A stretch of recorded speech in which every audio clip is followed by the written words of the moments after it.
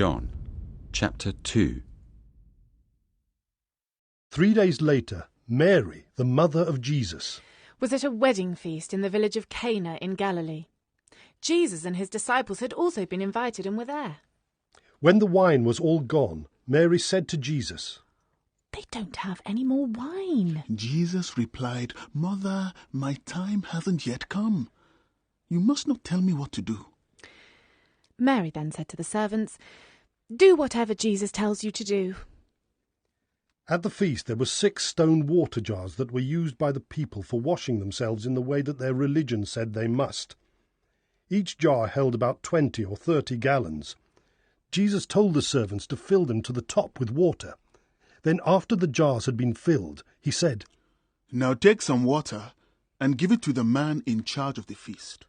The servants did as Jesus told them, and the man in charge drank some of the water that had now turned into wine.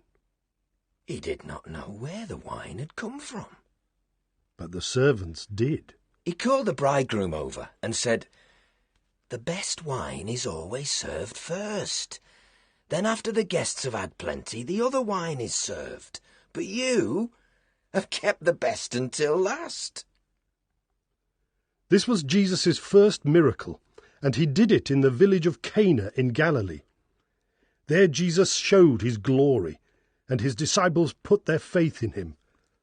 After this he went with his mother, his brothers, and his disciples to the town of Capernaum, where they stayed for a few days. Not long before the Jewish festival of Passover, Jesus went to Jerusalem. There he found people selling cattle, sheep, and doves in the temple. He also saw money changers sitting at their tables. So he took some rope and made a whip. Then he chased everyone out of the temple, together with their sheep and cattle. He turned over the tables of the money changers and scattered their coins. Jesus said to the people who had been selling doves, "Get those doves out of here.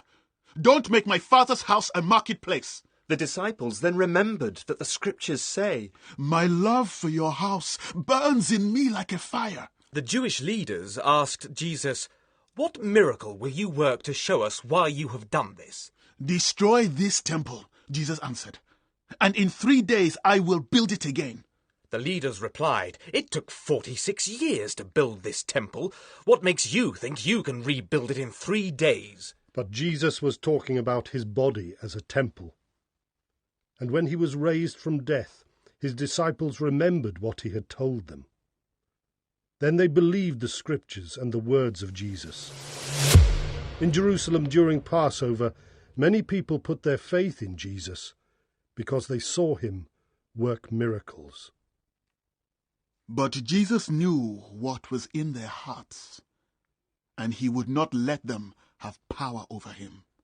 No one had to tell him what people were like. He already knew.